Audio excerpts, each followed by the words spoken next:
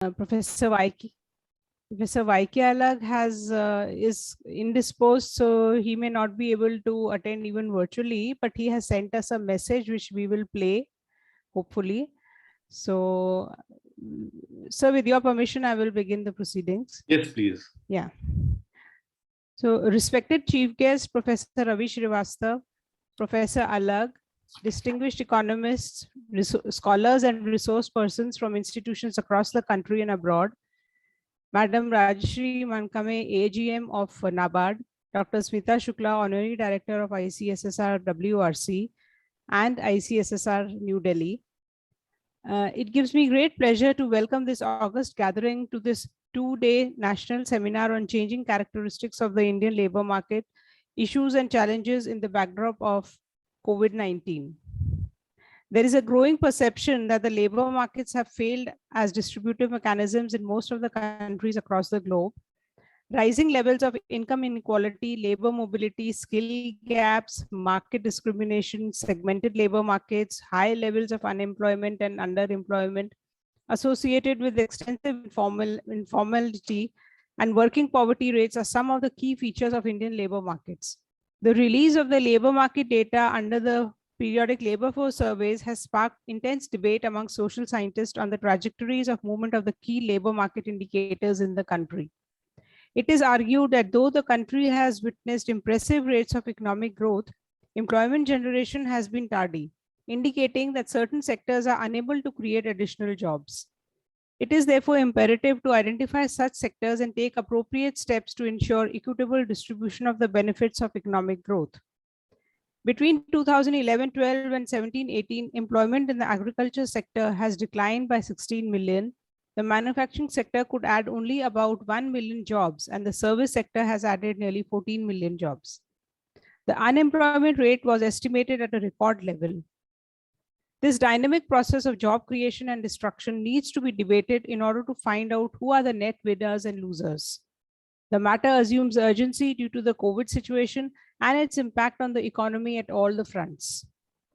It is indicated that the emerging labor market scenario in the country is marked by prevalence of unsecured jobs and disparities across sectors, in addition to often unfavorable work conditions. There are labor market challenges posed by the rapidly changing world of work, and it was felt that to ensure decent work for all, a revisitation and discussion of the existing developmental and labor market strategies is required. To that extent, we are grateful to ICSSR New Delhi, ICSSR WRC, and NABARD, as well as an anonymous entity, to provide financial assistance to conduct this seminar.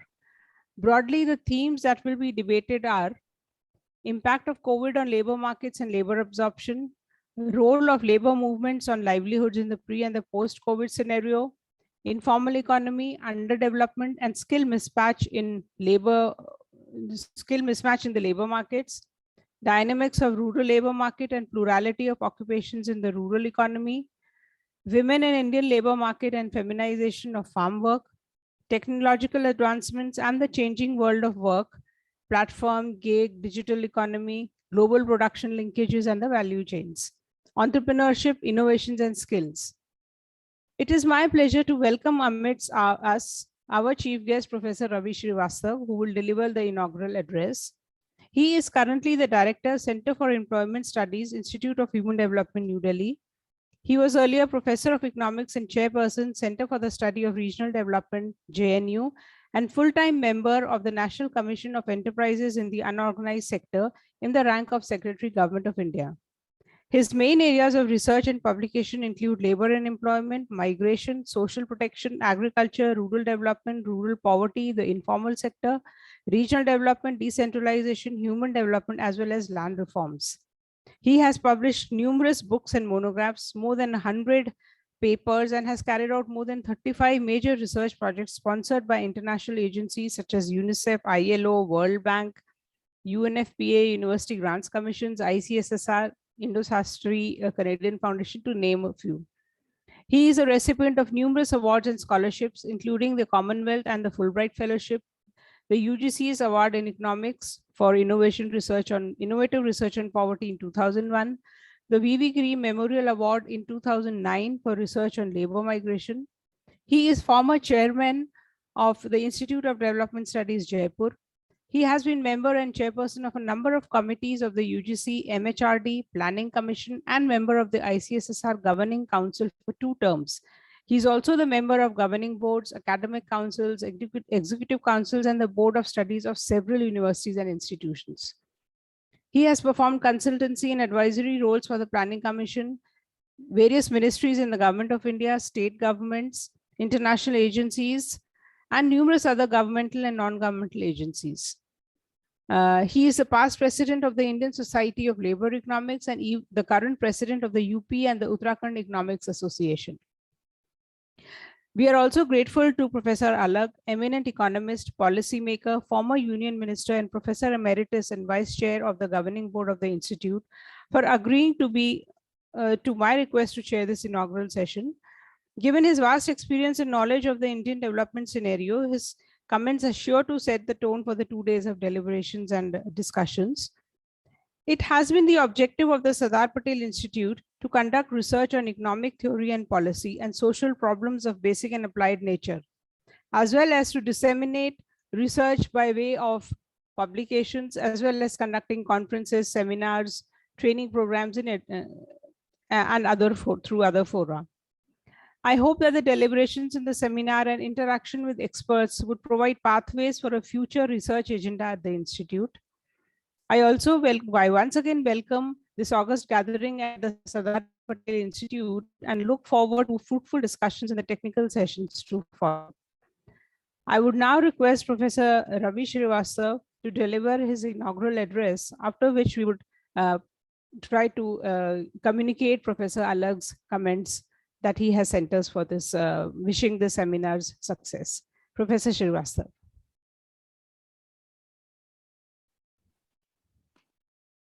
Sir, if you want to share the slides, then... No, I won't be sharing slides. Okay, sir, okay.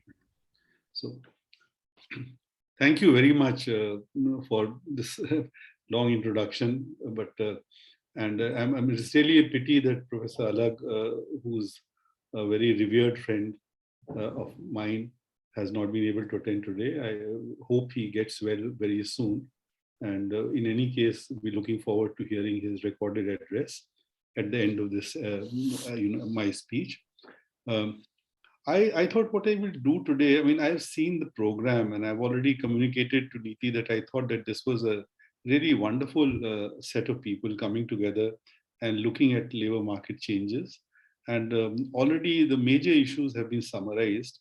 But what I will do in the next 45 minutes or so is to basically look at, provide you with a broad overview of some of these issues, just to place into context the discussion which will follow over the next 2 days, including the papers. And I can see that there are many eminent people in very good researches which have found a way, which will be presented at this conference.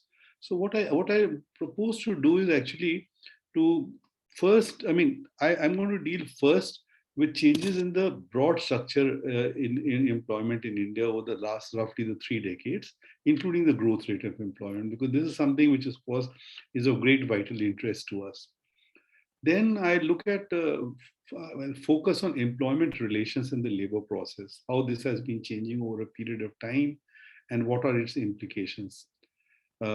Third, I look at basically the whole processes of internal migration and the interrelationship between migrant and and local informal labor markets in reinforcing cheap labor costs and flexible labor. Finally, I'll round off this discussion with the impact of these changes on growth, accumulation, and inequality, which are some of the issues which you've already raised in your introductory remarks. So just to begin with, let me consider the broad changes that have taken place in some of the indicators of employment. I think all of us are aware that the last 30 years or so, we have seen a very significant change in the structure of employment in India. Earlier, before the early 90s, the structure of employment, the intersectoral employment was more or less static. There was not much change, with agriculture having about 70% of the workforce and so on. But what we have found that since the 80s, but particularly since the 90s, the pace of these changes accelerated. So agriculture, for example, which at one stage almost 69% of the workforce was in agriculture in 1983. In 2019, only 42% of the workforce remained in agriculture. So more than 26% of the workforce, the entire workforce, had moved out of agriculture in terms of the share of the total workforce. Uh, Industry share also grew, but it mainly grew because of the expansion in construction. So industry share expanded from about 13.7% in 83 to 24.4%. The service sector expanded again, almost doubled from 17.7% to 33.7%. But basically, construction is the sector within industry which expanded very rapidly from 2.35% of the workforce to 12% of the workforce in 2018-19. While manufacturing employment has been more or less stagnant. It was about 10.6% of employment in 83, and it grew to 12.5% of employment in 2018-19. But if you look at the broad, now this is in itself, it's a change that we expect as economies transition, as economies develop. We would expect the agriculture to the composition of the workforce to change in favor of industry and services, which have higher productivity, and this higher productivity should in general lead to better working conditions, better wages for workers, and also higher rates of employment if actually labor is being drawn out from agriculture in rural areas to service industry and services. But perhaps this is not exactly what is happening in India. So let me just, if you look at, for example, unemployment rates in India started creeping up from particularly 2004-5. And then they have accelerated after 2011-12. Almost doubled. And this is the UPSS, the current weekly status employment, and youth unemployment rates actually trebled over the period, nearly trebled over the period. At one stage, it was fairly low by global standards. Now it's much higher than the average global, particularly for the educated unemployed. The female labor force participation rates and workforce participation rates have been an area of particular concern to us. Actually, they started declining since 93-94. There has been a pickup in specific years, for example, 2004, 5, and 2019 to 21. The pandemic years was by and large, female LFPR and WFPR have been declining very, very significantly, mainly due to the decline in rural areas. So it's the rural areas, this is a matter of concern. Why have they declined so significantly in rural areas, and why has there not been a pickup in other areas? Now, the one thing which of course concerns all of us is the growth rate of employment. If you look at growth rates of employment, what we find is, it's not only that agriculture shares have declined over the period, but the growth rate has declined very rapidly in agriculture, growth rate of employment, as one would expect. So in the 83 to 94 period, agricultural employment grew by 1.36%. It declined between 94 and 2004-5. It declined to 0.72%. Then 2004-5 and 11-12, it became a negative minus 1.91%. And between 2011-12 and 18-19, it became a negative minus 2.27%.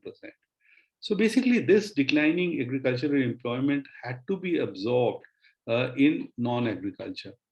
Now, non-agriculture did show a reasonably healthy growth rate in the early 2 decades. So between 83 and 94, non-agricultural employment grew by roughly 3.4%.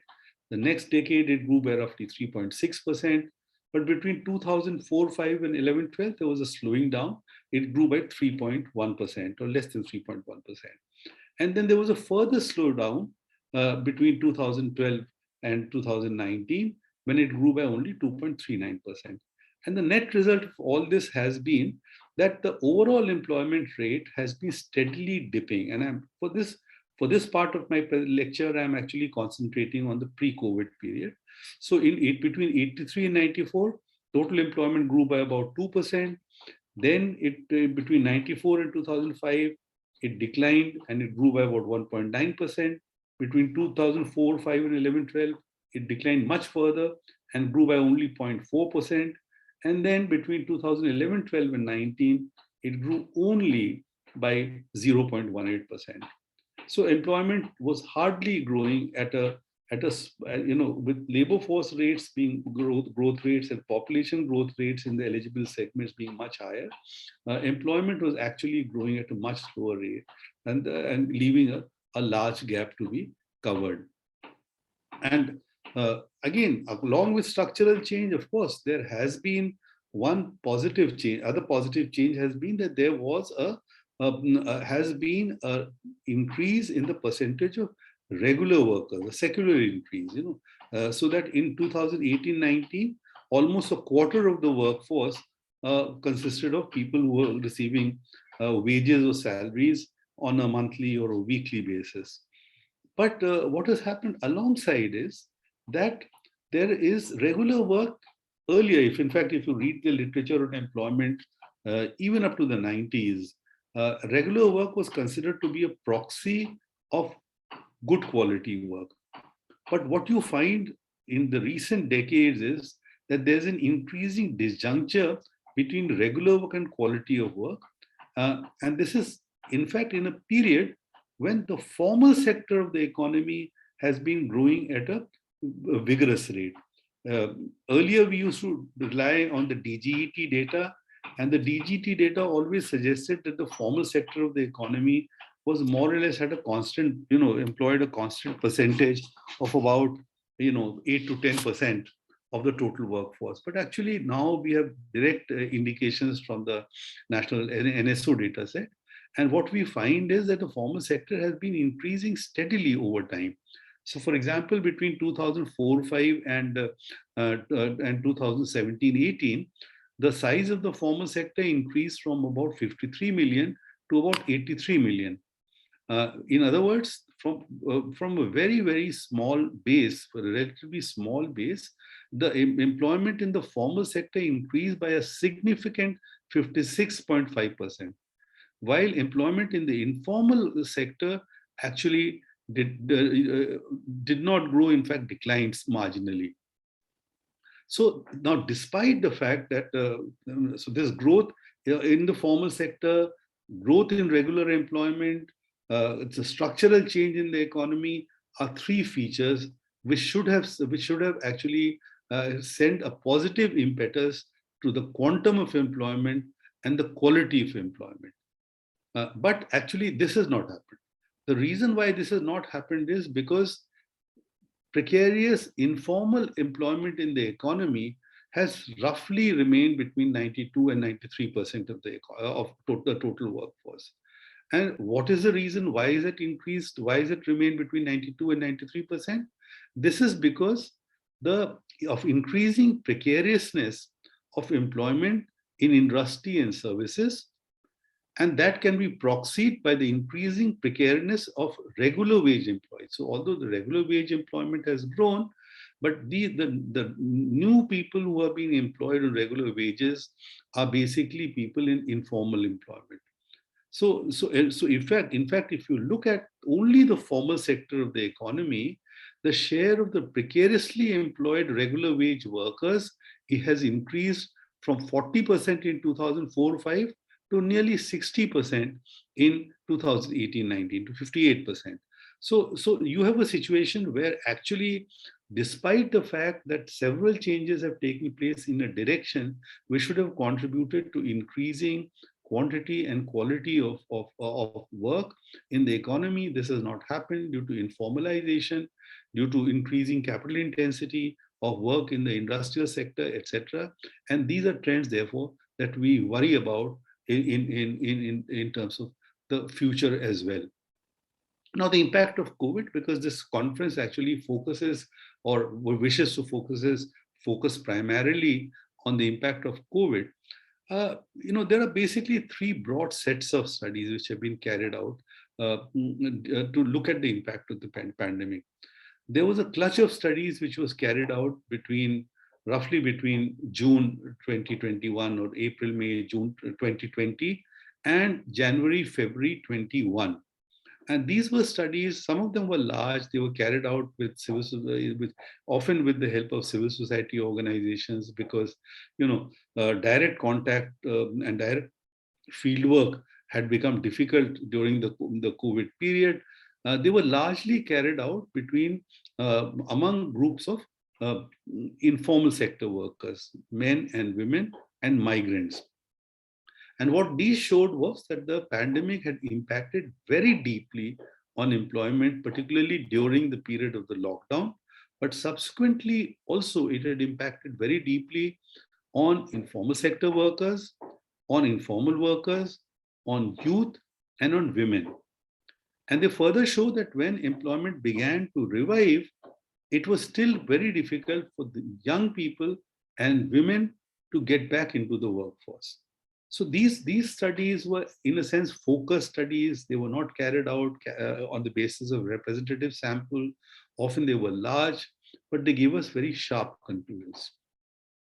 We had the CMI. The CMI moved when the COVID happened. CMI moved to a telephonic survey base, and then moved back to face-to-face surveys in July. But the base of the survey, actually, if you look at the sample sizes, remained actually fairly small over this period compared to the normal coverage of the CMI surveys.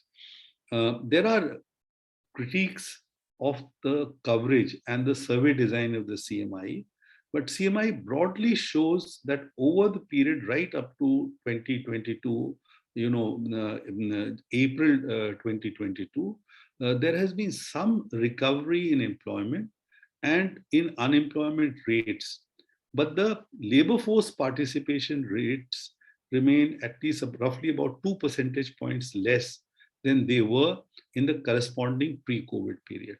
So the economy has not sufficiently recovered to the level that it was in the pre-COVID period as well.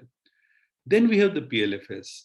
And again, in your introductory remarks, you referred to the PLFS. We now have, of course, we have the quarterly PLFS, which is based on urban surveys, but we also have the two annual PLFS reports for 1920 and 2021. 1920, since the survey reports are from July to June, so the 1920 report covers the peak lockdown period of March to June. And 2021, as you know, COVID continued, peaked in September, and life was still, difficult. Many industries were functioning only sporadically and partially. And then, of course, we had the second wave in April and May 2021. Now, again, the PLFS had to adapt its survey design. So when it's resumed survey in July 2020, it had to cover the previous quarter retrospectively, which is a very, very difficult exercise. Alongside that, it had to cover the fresh sample, which was the July to September sample. And then again in April and May 2021, PLFS suspended the survey. So again, the survey was carried out retrospectively. Now, I don't know what has influenced the results of the PLFS, and we are still trying to understand what exactly the PLFS results seem to indicate. But they indicate they reach very paradoxical conclusions. First of all, almost all the basic indicators that you have of employment, labor force participation rate, workforce participation rates, unemployment rates, total employment, and employment growth, all of them seem to have done better in the pandemic period compared to the pre-pandemic period. So, of course, a large chunk of the increase that you have in LFPR, in WFPR, in employment rates happened in agriculture.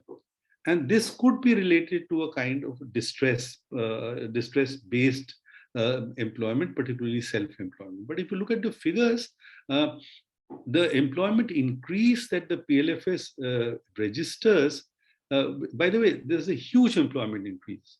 So in 1920, the PLFS gained 43.5 million jobs, 4.35 crore jobs. And in 2021, it again gained 20.8 million jobs as per the PLFS results. And this was, although a large chunk of this was in agriculture, but even non-agricultural employment gained. In 1920, it gained by 11.3 million, so more than a crore jobs was created in industry and services.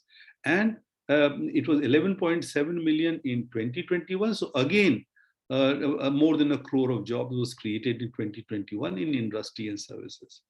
So now these are figures of very large magnitude. These are figures of very, very large magnitude, and they are not all distress driven, because although large chunk is self-employment, a large chunk is in agriculture, there is still a significant chunk outside agriculture, and there is a significant which is not self-employment, which is in aspects of wage employment.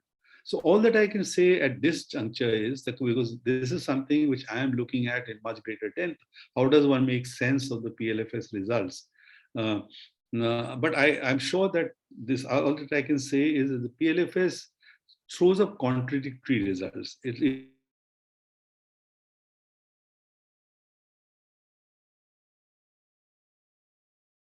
studies, survey-based studies, was carried out during 2021, or the CMIE. The CMIE results and the PLFS results don't talk to each other. And therefore, much further work is needed to understand, because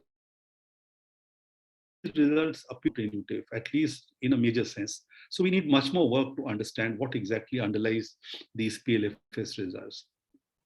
So from this broad structure of employment now, let me turn to this whole question of what has been happening to labor relations in the labor process. Because employment is just not it's not a fixed datum. It's not just, indicators and data. What underlies employment is actually the relationship between capital and labor.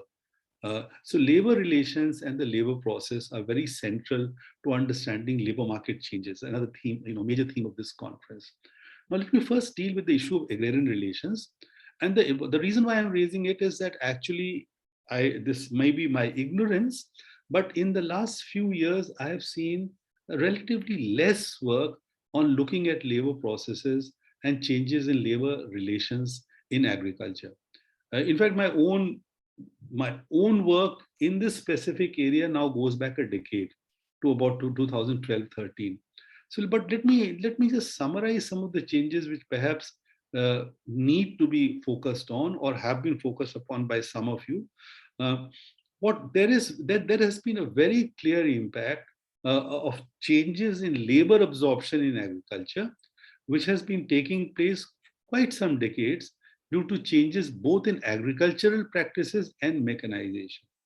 And this has led to significantly lower demand for labor, both male and female, but particularly female labor.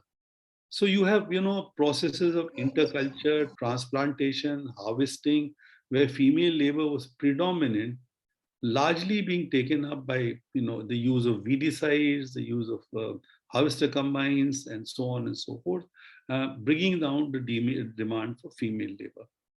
And in fact, every survey does tell us that the number of days of employment for both men and women in agriculture has generally been contracting very, very sharply over a period of time. And this is one of the reasons why, because of lack of livelihoods, we see the pattern of migration, which I will talk about a little later. The second feature which I think we need to focus on is how labor contracts have been changing in agriculture. So the long-term, in 30 years ago, we used to talk about long-term agricultural contracts, permanent farm servants, attached. Now these have become vestiges which are confined to certain pockets, maybe tribal pockets, some other pockets of agriculture. In fact, daily time use, let's say, employment of casual workers on daily rates has also been declining. Majorly, it's piece rates. piece rate work which is increased, contract-based piece rate work which is increased. But what are the specific forms that it has been taken is something we need to look at slightly more closely. And I believe we need more studies in this. The third aspect is really that with generally males voting with their feet outside agriculture or getting out of agriculture, uh, what remains in terms of, I mean, the people who are now providing labor to agriculture, particularly casual labor, are basically women, older people, and uh, socially deprived groups such as, scheduled castes and scheduled tribes. So there is, if you put it in a nutshell, there seems to be a greater feminization and dalitization of agricultural labor. And this is again something, this has been evident from some of my fieldwork, but perhaps this is something on which we need more detailed studies. The third thing is that when we talk of agriculture, we normally talk of crop agriculture. But if you look at non-crop agriculture, if you look at dairying, there has been a major composition change in the composition of dairying in favor of commercial dairying. And commercial dairies, again, the labor requirements are very different.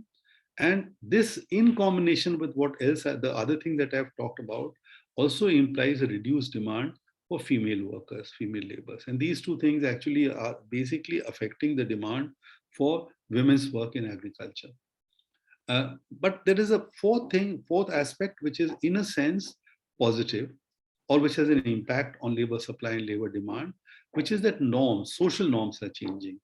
Social norms are changing, so the willingness of men and women to work under onerous conditions, also very often implying extra economic coercion in agriculture, has been going down. Basically, the agricultural labor markets worked earlier as local monopsonies. That is beginning to be challenged by workers because of changes in norms. And this, along with the Manrega wages, has had an impact on reservation wages in agriculture. Although, of course, for the last few years, this has been less. The role of Manrega has declined because of the freeze on nominal Manrega wages. Actually, real Manrega wages have declined over the last 5 years or so. But nonetheless, this is an important change if you look at agriculture very closely. Now, what about non-agriculture? So non-agriculture at the global level, since the 1980s, we know that labor relations have changed in favor of much greater labor market flexibility due to post-Fordist production, offshoring, outsourcing, contracting, and just-in-time production. All these things have made flexibilization of labor very important, not only within factories, but also due to outsourcing through the value chain, through the GVN, the global value networks also, where very large buyers or producers are linked at the very end to household manufacturing. You have a great deal of flexibilization of labor, therefore risks being passed downward to smaller enterprises and workers working in these smaller enterprises. Now, in India, this has led, like everywhere else, to increasing precarity within subcontracting units, informality to which I have already referred, large use of labor contractors, both registered as well as unregistered. In manufacturing, in factories, setting of targets and quotas of workers due to just-in-time production. So very difficult quotas, which often lead to, and I think there's a paper in the next session discussing the question of occupational safety and health, leads to very unrealistic targets being set for workers, leading to occupational accidents. And all this has been abated by de jure and de facto changes in labor legislation and labor policy. Essentially, all these changes, what they lead to is better control by capital over labor time and cheaper labor costs. The international literature mainly focuses on flexibilization, but if you look at India, actually the mode of flexibilization also is very centrally linked to acquiring cheaper labor. So labor costs is, although labor costs are always a very small fraction of total costs, but capital in India has a penchant for actually trying to lower labor costs, which are treated as variable costs. Now, there are further issues related to the evolution of platform work, gig work, etc. Basically, where work is allocated and paid using algorithms. Now, this algorithmic control is leading to much tighter control, much tighter grip over the labor process, although the workers may or may not be in a direct employer-employee relationship. So very often, I mean, there is a lot of dispute on whether gig work, platform work implies a direct employer-employee relationships. And we know that courts in certain countries have ruled in favor of there being a direct employer-employee relationship. I think the debate is still out there on this issue. But whatever it is, the working conditions, the remuneration aspect is still being algorithmically controlled. And this is something this thing. Now, all these sets of factors that I've talked about, informalization that I've talked about earlier, uh, the outsourcing in global value networks, the way they operate, and often they're not global, they could be national value networks, value chains which operate in the domestic market itself, platform and gig work, etc. They're all having a deep impact on membership, workers' memberships of organization and social dialogue. So you find a distinct relationship between workers' tenure and their membership of workers' organization and social dialogue, worker status and the social dialogue. And the contribution of social dialogue in influencing outcomes of workers' well-being has gone down dramatically in the last 2 or 3 decades. Now, COVID is leading to an intensification of some of these trends.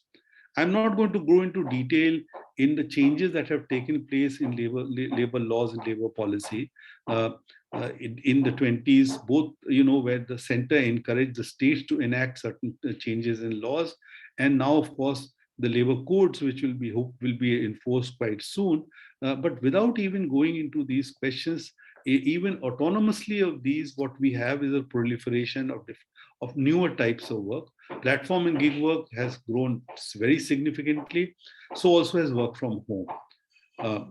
Although it's still confined to select segments in the economy and not to all segments. Even the Niti Aayog predicts that in 2035, the Niti Aayog study carried out by friends and colleagues of ours predicts that by 2035, only about 5% of the workforce will be dealing with platform and gig work. So it's not going to be the dominant form of work process, but it's going to be an important form of the work process. So these are beginning to change the world of work, making it more uncertain, making the rules, the labor process, in some sense, tilting the labor process further against labor. And this is something we need to worry about in terms of workers' well-being, and going away from the question of wages. Now, now let me just look at the third aspect, which often we miss out when we do analysis, when we spatially look at rural, urban, and so on and so forth, which is the aspect of migration. Now, actually, I've already said a little bit about the impact of out migration, which is predominantly male out migration on agrarian and labor markets. One of the issues is that male, because the patriarchal setup, because there's a domestic social reproduction economy, males tend to migrate out more than women, and women therefore remain more confined to the rural habitat and to the agricultural habitat. Now, basically, I think it's well known that the main trigger for migration is uneven development of regions and the uneven demographic transition between regions. Now, uneven developments, however, provides part of the story on both the supply side and the demand side, because if there's uneven development, there is lack of livelihoods in less developed areas. On the other hand, the areas which are growing rapidly create a demand for labor. So that provides you a story of both the demand and the sustain. But migration is a very, very complex and highly diverse phenomenon.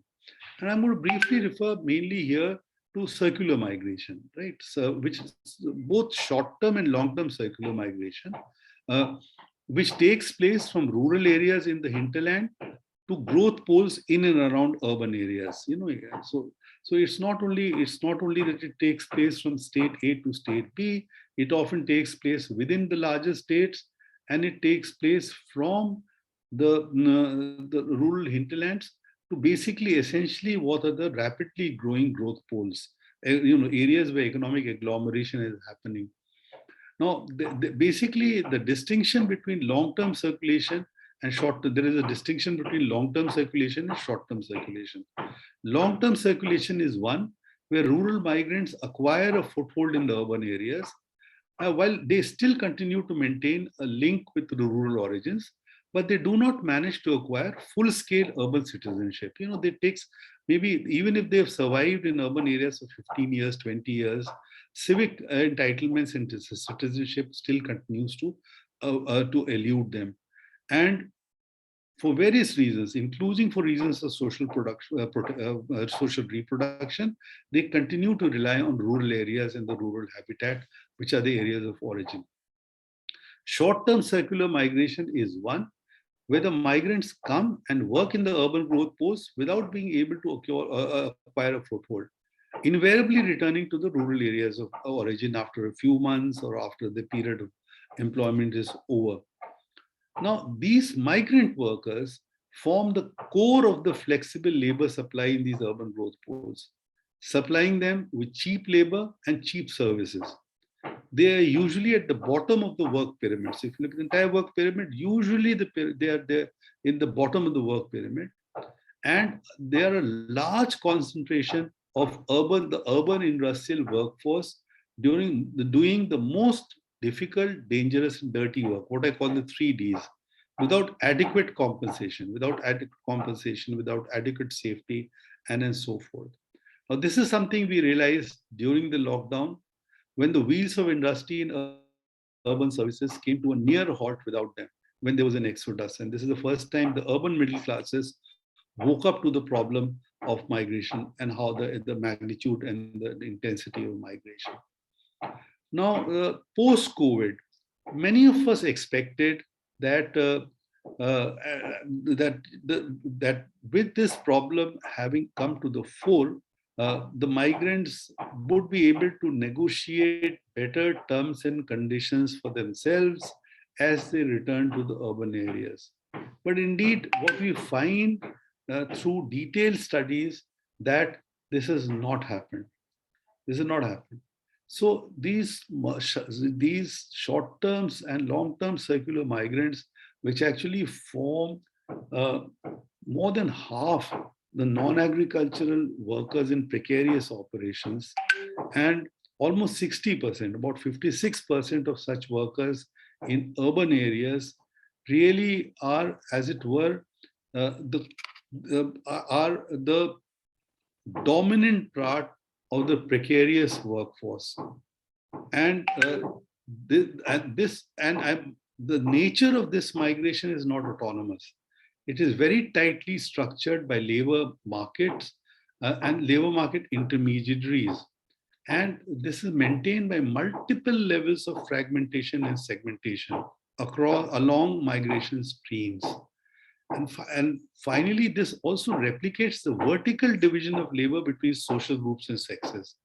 So this gets replicated in the industrial and urban labor markets, with the socially deprived group and females doing the lowest remunerative jobs and the worst jobs. So in short, circular migration along with informality is the main driver of the emerging pattern of labor relations in industry and services, and the pattern of labor utilization that we see in the urban and industrial economy. So these are three broad areas. And I finally now come back to some of the concluding remarks on what are the impact of all these changes on growth, accumulation, and inequality.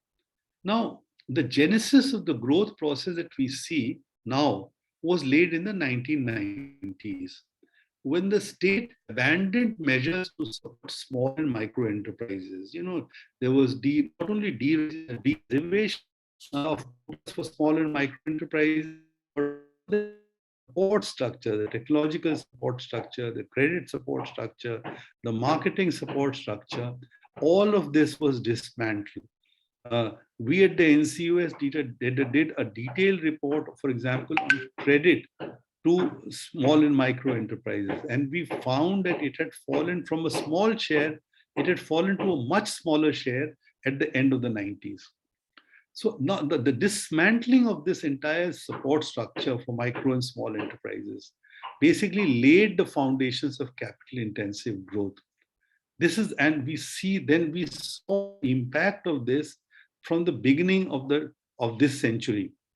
So the measures, in fact, then there were further measures taken in the last few years, which have forced the pace of formalization and have accelerated the capital intensive trends. So, I mean, I think everyone is aware of the impact of forced formalization through demonetization, through GST, and so on.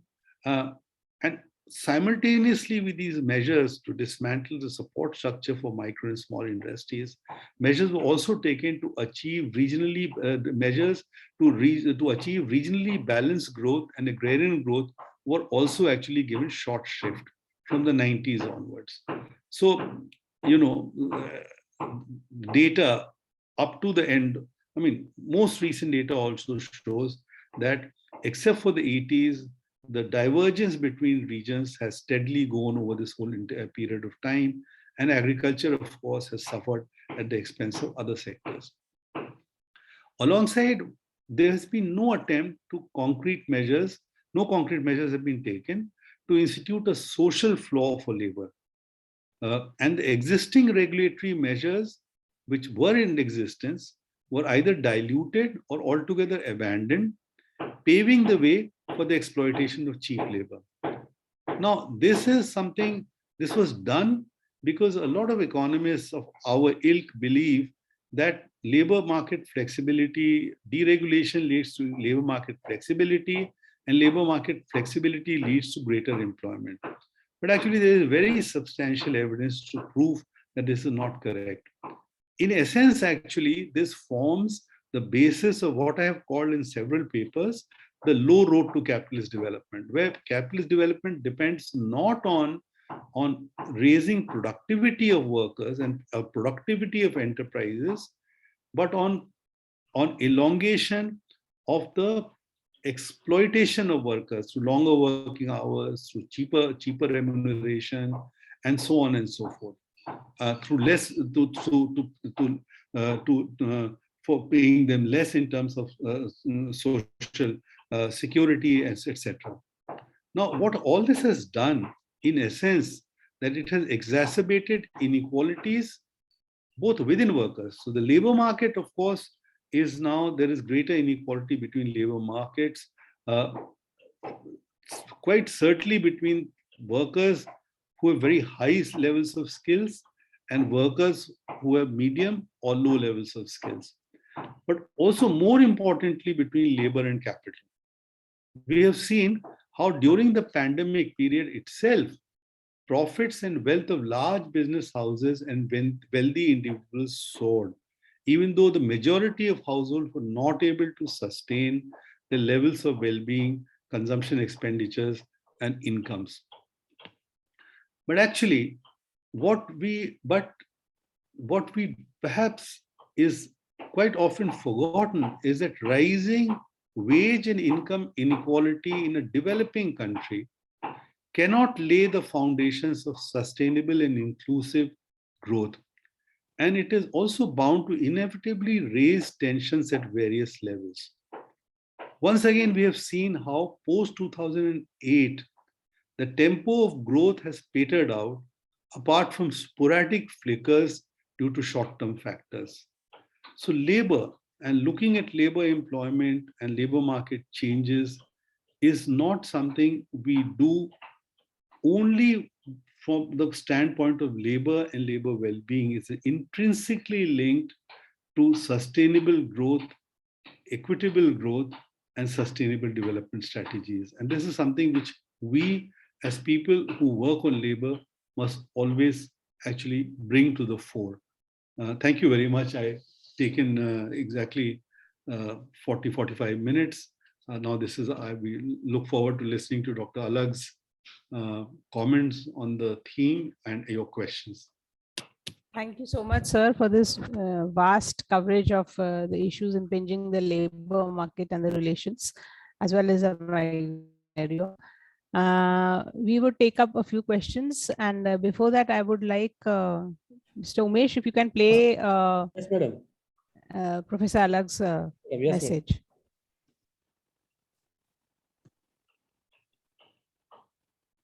I wish the institute, the Sardar Patel Institute, the director of such programs, and its special guest today, Professor Ravi Srivastava, on a very special occasion.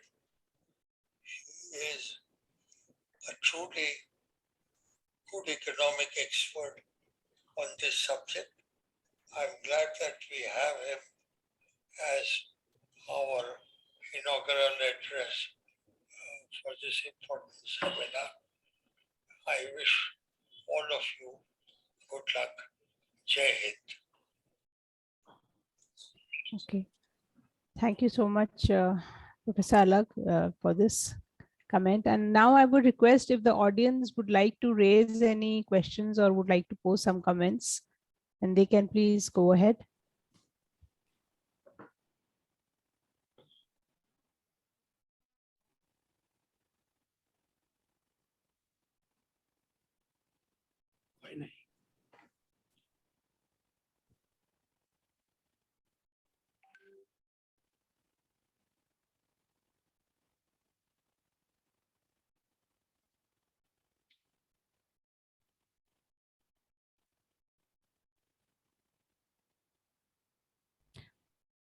Well, sir, I myself personally would like to raise a query. Sure. So, sir, you had mentioned in your address that the labor absorption studies are quite outdated and they have not been carried out in the recent years. So that is something which is a very important direction to Sardar Patel's future research agenda. I think some of us would like to really do some intensive primary surveys to find out in the different crop sectors which are having a major impact on the agriculture economy of the state. But sir, I would just like to know whether the increase in the labor absorption has happened during the COVID time, especially because of the return migrants, and whether that has impacted the variable cost of production of the major crops in the respective areas where the laborers have returned back to, and whether that has led to a growth impact, and or what is the scenario during COVID in terms of agricultural employment? Because you had mentioned that agriculture has grown, it has been seen. Yeah. So, as you rightly said, during COVID, two things have happened. One is that there has been a lot of return migration, and the PLFS in 2021 had introduced two blocks of information on migrants and one on temporary migrants, temporary visitors. And they have also produced a report based on that. So it does show that there was some amount of return migration to the rural areas. In addition to that, as I pointed out to you, there has been a major increase in workforce participation rate of women in agriculture in rural areas, which goes beyond the return migrants. Now, there are two aspects to this. One is basically, what did these women and men do? I mean, what did they do in rural areas? Did they get absorbed? Absorption in self-employment is only possible if you have a land resource, or if you have a non-land resource on which you can work at home. Because self-employment is, there can be disguised employment. If you own an asset, you can put in more hours of work and so on, or do some work, some hours a day or whatever. It's not necessarily linked to increase in wage labor, because there has to be an increase in the demand for labor for people to be able to employ more workers. Now, this so this is an area we know that agriculture production was less affected. It was not that there was zero impact, because initially marketing was affected. The input chains were affected by COVID and the lockdown. But we do know that agriculture by and large was much less affected than non-agricultural activities during the COVID period. But what was the disposition of these people who went back to the rural areas or who remained within the rural areas and are now shown to be working, as opposed to the earlier profile when workforce participation rates were very low among men and women? I think these are something where we should be carrying out more retrospective studies.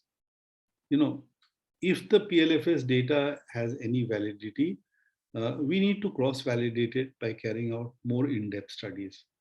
And as I said, for me, actually, it's not just the employment part which is important, it's also the nature of employment and emerging employment relations, which are important as far as agriculture is concerned.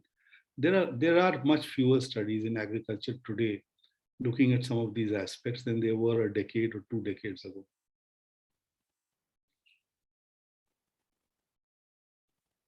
Thank you, sir. Any other questions if the participants would like to pose? May please go ahead. Can I just ask a small, Professor Ravi Srivastava, namaste. It was an excellent overview and it's very rich presentation. So I just have a small question, that is, you have been talking about precarity, like this has been on the rise. And so I was only wondering, because you are very directly involved in policy making and all that.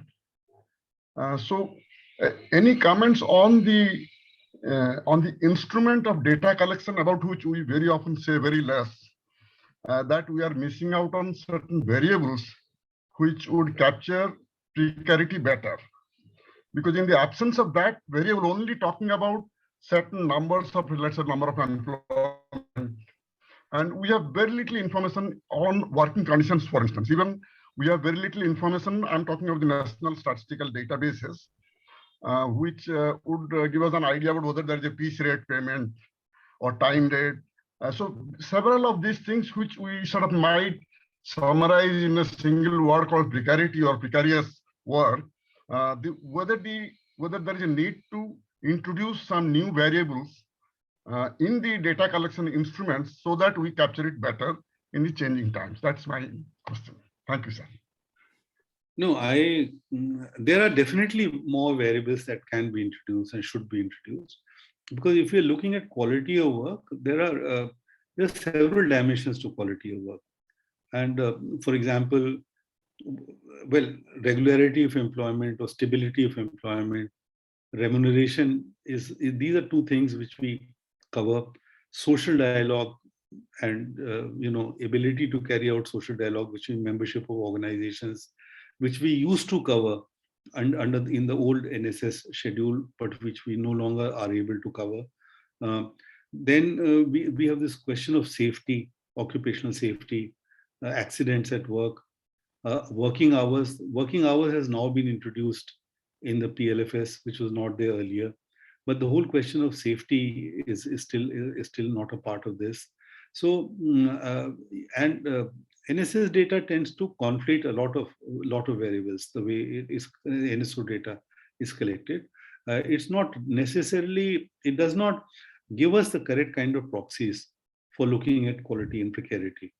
So yes, the problem always is, I remember when we were in the expert group advising the government on unorganized sector statistics. And, many of us, Sheila Bhalla was there, I was there, we made a number of recommendations. The NSO is naturally very fuzzy about introducing even one extra question. Because it involves time and there's a trade-off involved between what it should be and what it should not be.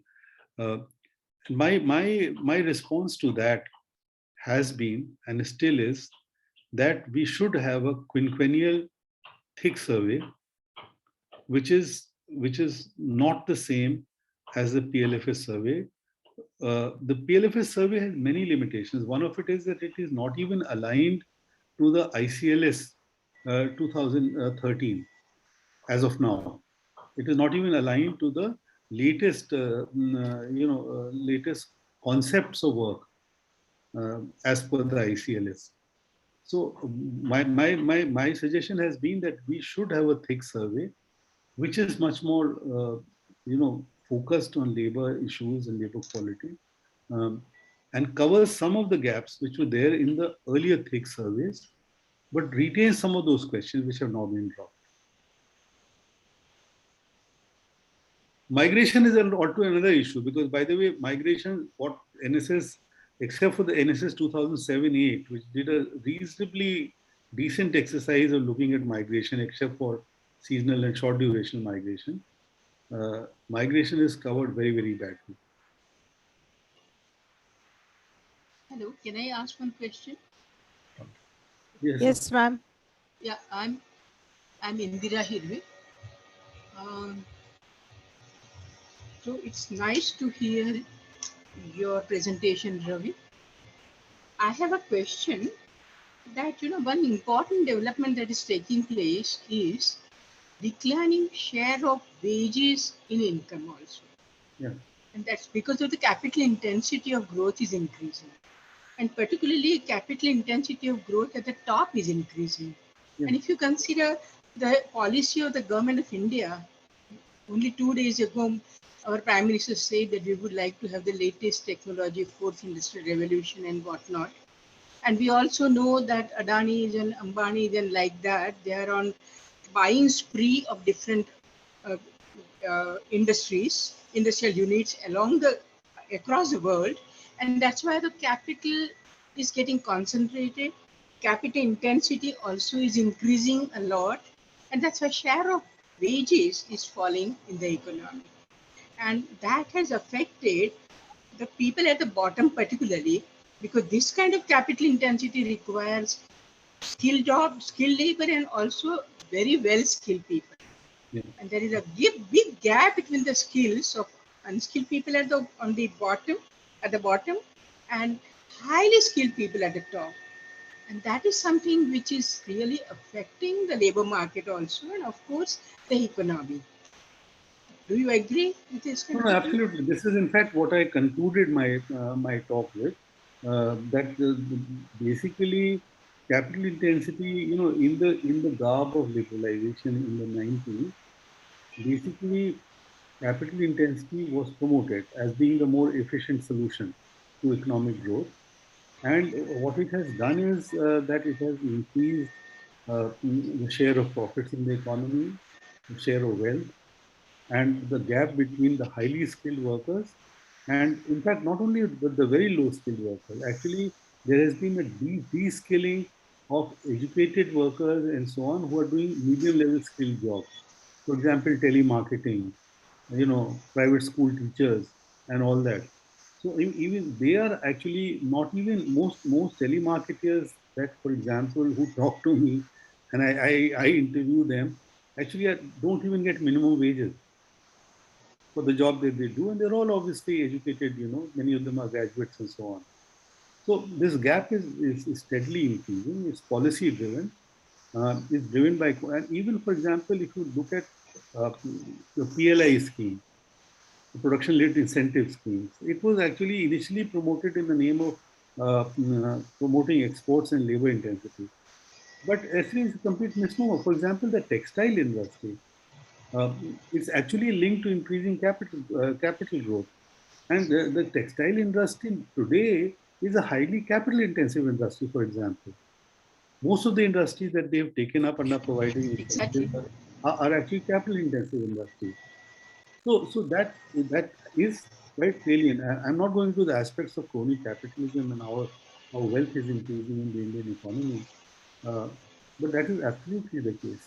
Which is why which is why my humble submission to younger research scholars is that I missed out on this. Many of us missed out on this.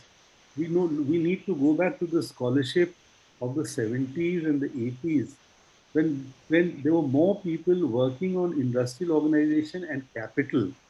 People were looking at monopoly houses, people were looking at concentration of capital.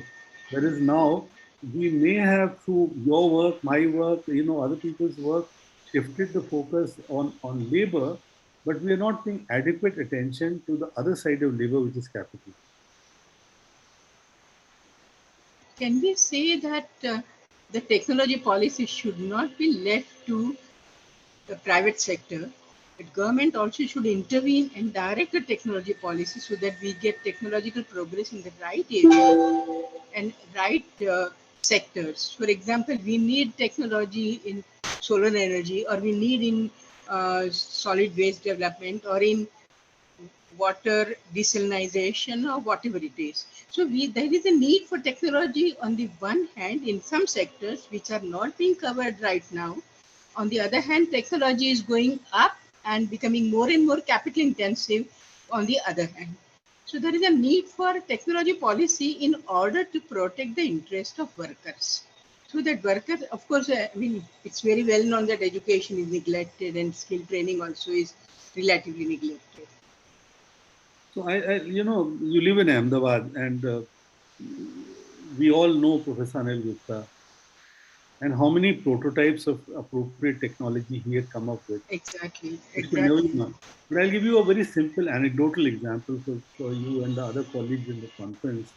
Long ago, this was maybe 30 years ago, I had a younger colleague from Cambridge who was visiting me in Allahabad, and he found and he saw all these manual rickshaws expending, as we know, more calories than they are ever able to consume.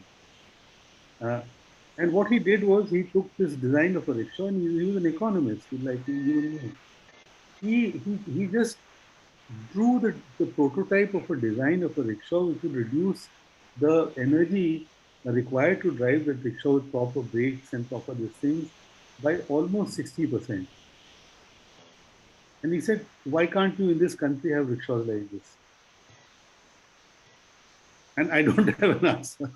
So So what I'm trying to say is there is a lot of scope, not only of looking at fancy technologies, but looking at simple, appropriate technologies which can bring down health risks, which can improve worker well-being, and which can improve the quality of life, which can generate green jobs in the economy.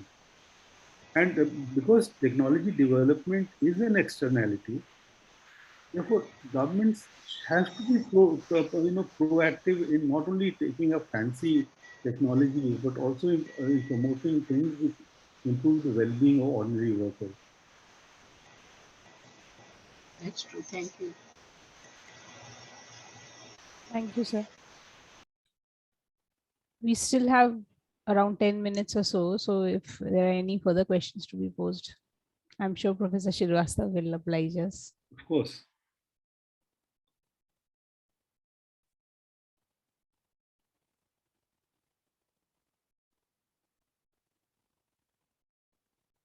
Audio now unmuted. Can I ask a question?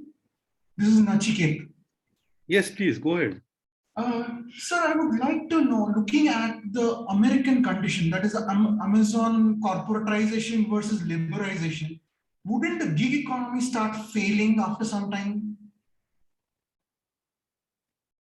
Why do you think it would start failing? Because Amazon tried it out, so now the labor force started to mobilize and started to become a part of the labor unions, which is not allowed historically. Set up professional audio in quote. Yeah. Okay. So yes, this, and it's not only Amazon. We have Uber. We have other forms. In India we have what is it? Urban company. Workers mobilizing themselves and all that. So I think it's an interesting thing that across the world, workers who are actually very, very fragmented in the use of in the way technologies are used are actually coming together, and also how governments and courts are also supporting some of this. So they're so basically they're trying to defragment the workforce, introducing social dialogue, introducing norms of standardization, introducing more transparency in algorithms and so on in order to work. So there are counter strategies which are definitely available. But these counter strategies will work if, if you know, if governments allow them to work. So, you know, if workplace democracy is strong, if governments allow them to work. But yes, of course, there is scope for counter strategies to work. In India, what you see is, you know, a James Scott kind of economy at work with Uber drivers and Ola drivers all the time. You know, they're trying to do this in different ways. Of course, that's very consumer unfriendly in the way they try to do it, but they do it all the time. So yes, workers will develop their own strategies, their own counter strategies, and I hope a balance will be struck sometime sooner or later. But I think the basic problem is that with big data, artificial intelligence, we are moving into a realm where a lot of issues are now not being able to be handled in the ways they were handled earlier. So how do we bring more transparency into decisions? How do we look at them? Is one of the major challenges that we see in terms of the future of work.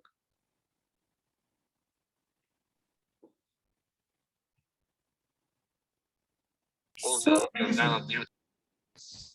so you had mentioned about the issues that are impinging on the CMI data, and the kind of the CMI and PLFS does not talk to each other. Neither do the other primary surveys that may have been done to at in-depth surveys. So will in future, do you see any reconciliation efforts between the data collection mechanisms? Because as you had mentioned, quinquennial surveys are very essential, which have been stopped, but we do not think that in the near future they are going to resume. So whether the CMI database itself may undergo some changes in the way they sample and the way they collect the information, and try to and expand the scope of PLFS, so that we get consistent and comparable data structure like used to exist before. Because even the census, we are not sure whether it is going to be conducted in the near future. So is there some kind of thinking going on to do that? So the data. Well, I mean, to put it very simply, we are facing a data emergency. We started not now, but we started in 2018. So the policy makers have to understand that they need credible data, and that they cannot actually plan sensible policies without credible data. And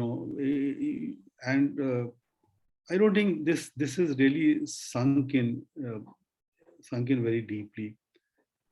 As you and I are basically users of data. We can't tell CMI has been doing a panel data set. They can, of course, begin with a new panel or an expanded panel. They can do it, but I don't know whether you and I can, ask them to do it. With the PLFS, I mean, there used to be a time when the NSS governing council used to have a direct say and the working groups used to have a very important say in the design of NSS surveys. But that whole structure has now been dismantled. The NSO reports are not even discussed in the National Statistical Commission meetings before being released. So there is, unfortunately, there is a credibility gap, and that credibility gap does have very serious consequences for policy. Because if we in India draw the conclusion that somehow we've gained 6.5 crore jobs during the pandemic, and ask ourselves, then what was the lesson of the pandemic? What lessons can we draw from the pandemic in terms of our employment policy, in terms of jobs, in terms of the job crisis? What lessons? India would be the only unique country globally which would have gained something like 12% over the existing workforce during the period of the pandemic. I mean, that is a question I ask myself just now. I have no answers. I'm still looking at the data in greater detail, hoping to have some answers. Thank you, sir. I see Amrita has raised a hand, so you can go ahead. Yes, ma'am. Thank you very much. And thanks a lot to Professor Srivastava for this entire presentation, for this sum up of so many issues. Sir, I was wondering through your presentation and also through this present discussion and your answers, how do you think is the future of labor research in India, particularly in the context when the NSSO data have been, the entire structure has been dismantled so systematically, and PLFS is also not very adequate to capture the changing scenario in the labor market.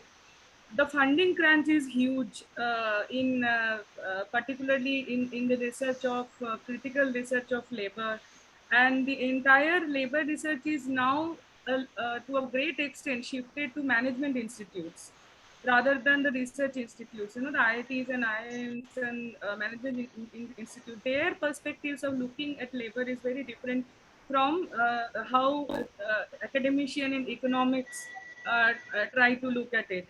So they mostly look at it from management side, and human resource literature therefore is popping up to a great extent in labor research. So under considering all these changing factors, how do you think the critical research in the labor process will have a bright future, or no, it may be some we are heading somewhere different? Uh, Okay. Yeah. So, well, I mean, first, yes, there has been a tendency. This is not a recent tendency. It's almost 3 decades, 4 decades old, of labor research being subsumed under HR in IIMs and business schools and IITs. But fortunately, labor research has reasserted itself very strongly in India and globally. I mean, so, I don't think that labor research is any longer going to be dominated by the management institutes. They have their own concerns. They look at they look at labor as an input and something to be managed. But labor research, in fact, today is on stronger ground in general. I mean, let's say labor researchers are on stronger ground today than they were some decades ago. When I was a student, labor economics was taught in a very large number of campuses across the country. Then came a stage where it was being taught hardly in 2 or 3 universities across the country.